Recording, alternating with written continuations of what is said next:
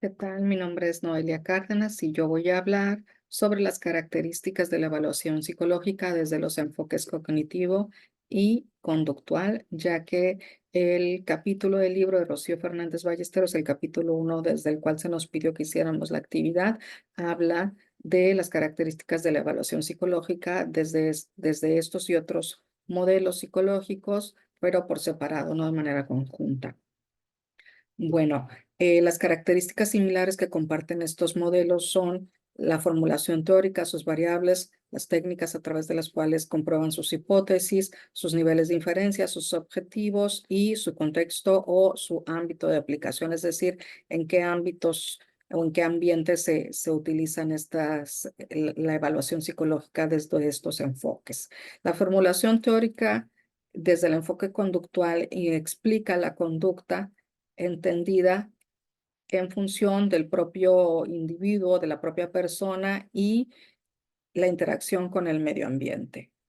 Por su parte, el enfoque cognitivo interpreta la conducta en función de la propia persona, es decir, de la interpretación que hace el sujeto del mundo.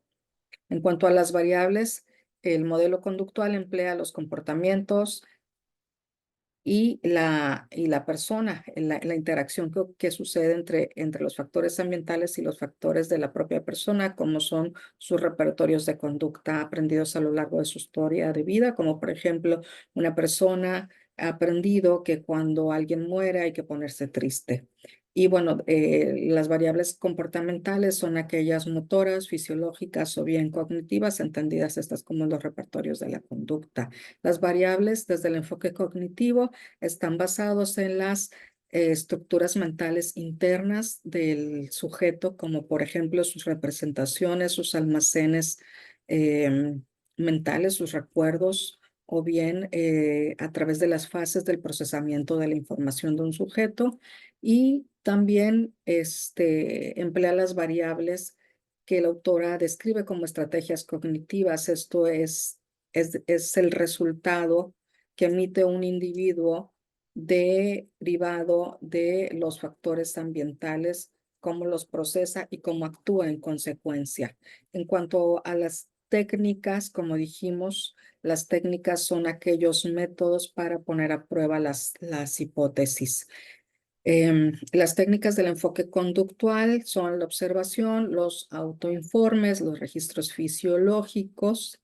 y también, muy importante, las relaciones o correlaciones que existen entre la conducta estudiada y las variables personales, es decir, los pensamientos, las interpretaciones de la realidad que hace una persona. Las técnicas cognitivas son los autoinformes, por ejemplo, los procesos cognitivos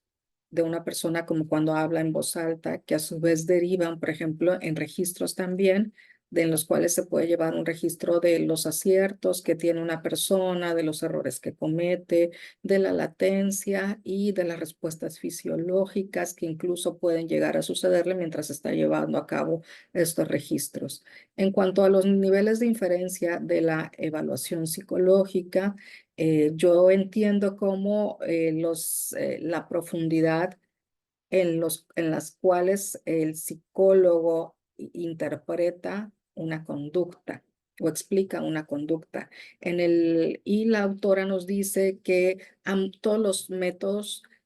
utilizan los 4 niveles de inferencia, pero el cognitivo se enfoca más en el tercer y en el cuarto. En el nivel 1 se toma una muestra de la conducta a estudiar. En el nivel 2 se explica la conducta a través de las relaciones con otras conductas que afectan al sujeto. En el nivel 3 se explica la conducta se va más a profundidad tomando como base la fase 2, y aquí se piensa que la conducta está relacionada con una cuestión oculta del paciente, o sea, con un proceso interno más subyacente. Por ejemplo, si una persona tiene problemas psicomotores, en la fase 2, podemos decir, perdón, en la fase 4, en la fase 3 se dice que es a consecuencia de una depresión. Y en el nivel 4, la inferencia se hace a través de un supuesto en el que el psicólogo infiere o trata de explicar a través de un supuesto que a su vez tiene una base en una teoría psicológica, en una teoría psíquica.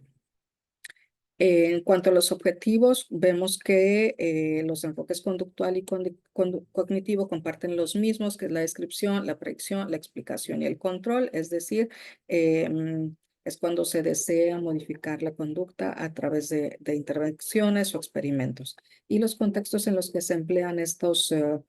evaluaciones en el conductual, en el ámbito escolar, en las organizaciones como las empresas, por ejemplo, cuando se va a evaluar a los candidatos para ver cuál de todos tiene el perfil idóneo para ocupar un puesto, en el laboratorio, en experimentos, y en clínico y salud es donde se han reportado más hallazgos derivados de la evaluación psicológica. Y el cognitivo se emplea en el laboratorio, también en educación, clínico y salud, y en las organizaciones pues no se emplea porque el método cognitivo pues es